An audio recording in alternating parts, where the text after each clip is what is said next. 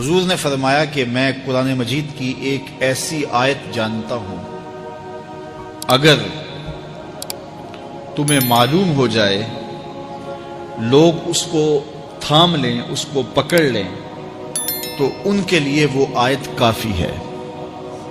ایک آیت قرآن کی جو میں جانتا ہوں، اگر لوگ اس کو تھام لیں، اس پہ عمل پیرا ہو جائیں، اس کو روحوں میں اتار لیں، اس کو اپنے عمل کا حصہ بنا لیں، اس پر یقین و اذعان کا جہاں آباد کر لیں، تو فرمایا کہ وہ ایک آیت ہی ان کی پوری زندگی کے لیے کافی ہے۔ اللہ اکبر۔ اور وہ آیت کیا ہے؟ حضور نے بتائی، وہ آیت یہ ہے، وَمَن يَتَّقِ اللَّهَ يَجْعَل لَّهُ مَخْرَجًا وَيَرْزُقْهُ مِنْ حَيْثُ لَا يَحْتَسِبُ، کہ جو اللہ سے ڈرتا ہے اللہ اس کے لیے راستے کھول دیتا ہے اور اس کو وہاں سے رزق دیتا ہے جہاں سے اسے گمان بھی نہ ہو۔ ہم ایک دفعہ ایک سفر پہ تھے تو ہماری گاڑی کا پیٹرول ختم ہو گیا، تو اتفاق سے ہمارے پاس کوئی رقم نہیں تھی کہ جس سے ہم پیٹرول ڈلوا سکیں۔ تو میں نے اپنے ساتھی سے کہا کہ یہاں کوئی قریب ترین ساتھی ہو تو اس کا نمبر ہو تو اس کو فون کرو کہ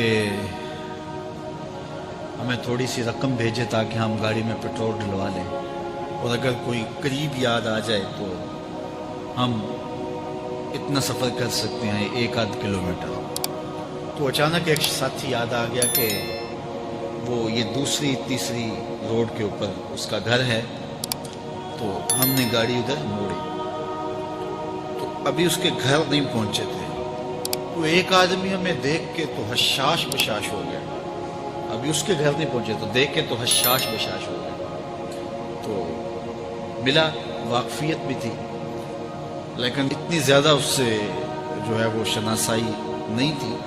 کسی اجتماع میں اس نے ہمیں بلایا تھا تو ملاقات ہوئی تھی وہاں، ہم بیان کر کے اس کے علاقے میں، تو وہ لاہور آیا ہوا تھا تو ہماری وہاں وہ ملاقات ہو گئی وہاں۔ تو وہ جلدی سے جیب میں ہاتھ ڈال کر کے تو کچھ رقم تھی اس کے پاس، تو میں پیش کر کے کہنے لگا کہ وہ 2-3 سال پرانی بات، کہتا وہ آپ ہمارے جلسہ میں گئے تھے، ہم آپ کی کوئی خدمت کرنا چاہتے تھے لیکن آپ ہمیں پکڑا ہی نہیں دیے۔ تو یہ ہے آپ کا نذرانہ۔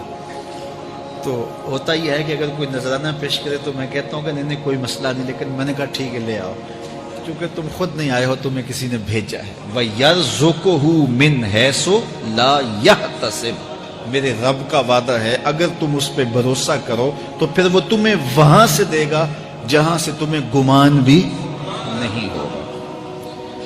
یہ یہاں ٹول پلازا ہوتا تھا نا، یہاں یہ جو پنڈی بائی پاس کے باہر، ہم 3 دن کا مسلسل سفر کر کے آئے، تو جو رقم وغیرہ تھی تو وہ کہیں راستے میں ختم ہو گئی، جہاں جیب میں ہاتھ ڈالا تو ہمارے پاس وہ اتنے پیسے بھی نہیں تھے کہ وہ ٹول والے کو دے سکے۔ تو میں نے اپنے ڈرائیور کو کہا کہ تمہارے پاس کوئی ہے، تو وہ کہنے لگا جی میرے پاس بھی کوئی نہیں ہے۔ تو میں نے کہا چلو اس سے ادھار کر لیتے ہیں، اس کو ہم کہتے ہیں کہ ہم قریب ہی رہتے ہیں، ابھی جا کے آپ کو بھیج دیتے ہیں۔ تو ہمارے سے جو اگلی گاڑی تھی اس نے اس کو کہا کہ یہ جو پیچھے والے ہیں نا ان کا بھی کاٹ لو۔ اس نے ہمیں پہچان لیا، تو اس نے کہا کہ یہ جو پیچھے گاڑی آ رہی ہے نا اس کے بھی لے لو۔ تو اس نے پیچھے مڑ کے دیکھا تو اس نے کہا اچھا یہ وہ آ رہے، چلو تم بھی رہنے دو۔ تو کہا تم بھی جاؤ اور وہ بھی جائے۔ تو یہ ہم نے کئی مناظر زندگی میں دیکھے۔ تو اللہ کے محبوب فرماتے ہیں قرآن میں ایک ایسی آیت ہے، اگر تمہیں پتہ چل جائے اور اس پہ تمہارا عمل ہو جائے، وہ تمہیں وہاں سے رزق دے گا جہاں سے تمہیں گمان بھی نہیں ہوگا۔ اللہ اکبر۔ بہت سارے واقعات زندگی میں ایسے رونما ہوتے ہیں۔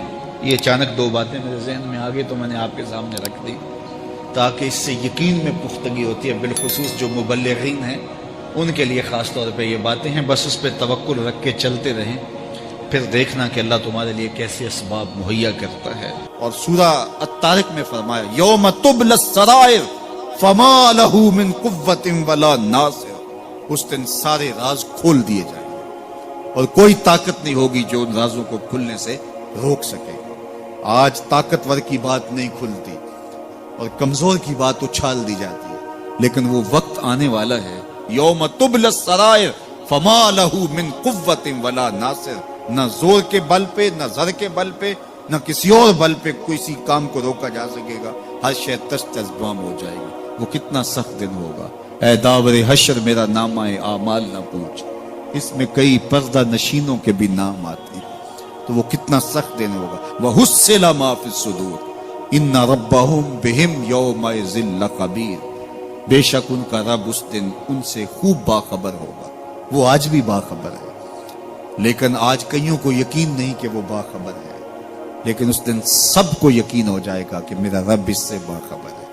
جب پرانی تصویریں چلنا شروع ہو جائیں گی، جب ساری ویڈیو سامنے آ جائے گی، زندگی میں جو کیا، تنہائی میں، اعلانیہ، خفیہ، جہاں جہاں جو کیا، داد عیش دی، سب کچھ تش تش بام ہوگا، سب کچھ جو ہے وہ سکرین پہ چل رہا ہوگا، کوئی چیز بھی تش تش بام ہونے سے نہیں رہ جائے گی، تو پھر بندہ کہے گا اوہو یہ تو سب میرے مالک کو پتا تھا، لوگوں کی نظروں سے چھپ سکا، رب کی نگاہوں سے تو نہیں چھپ سکا، اس کی نگاہوں سے کون چھپ سکتا ہے؟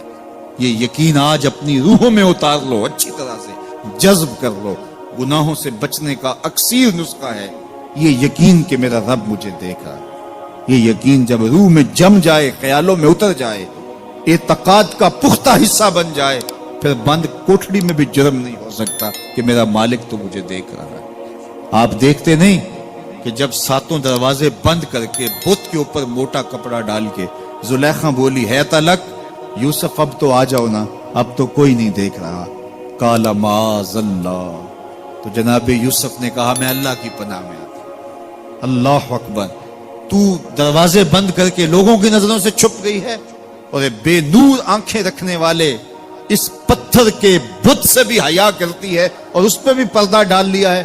جب تو اس جھوٹے خدا سے حیا کرتی ہے، میں سچے خدا سے حیا کیوں نہ کروں جو ساتویں کوٹھڑی میں بھی دیکھتا ہے۔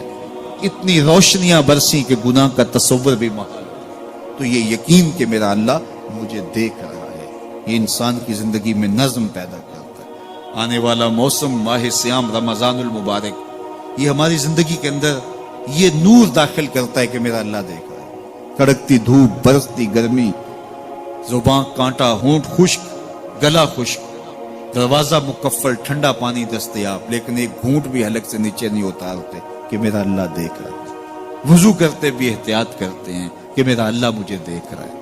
کرتے ہیں کہ نہیں کرتے؟ یہ نور ملتا ہے کہ نہیں ملتا؟ اس کو پھر جذب کر لینا چاہیے تاکہ یہ زندگی میں چھا جائے، کیونکہ جو رمضان میں دیکھتا ہے وہ غیر رمضان میں بھی دیکھتا ہے۔ اور پھر پانی نہیں پیتے کہ اللہ دیکھ رہا ہے، کھانا نہیں کھاتے اللہ دیکھ رہا ہے، لیکن جب آنکھ بھٹکتی ہے تو اس وقت اللہ نہیں دیکھتا، جب خیال بہکتا ہے تو اس وقت اللہ نہیں دیکھتا، رشوت میز کے اوپر سے لے رہے ہوں یا نیچے سے لے رہے ہوں تب نہیں اللہ دیکھ رہا ہوتا، اللہ صرف کھانے اور پینے کو دیکھ رہا ہوتا ہے۔ یہ جو ایک نور آیا ہے اس کو جذب کر لیں، پوری زندگی میں پھیلا لیں۔ تو اسی لیے رمضان تقوی بانٹتا ہے، روزہ تقوی بانٹتا ہے، زندگی میں نور اور روشنیاں بھر دیتا ہے۔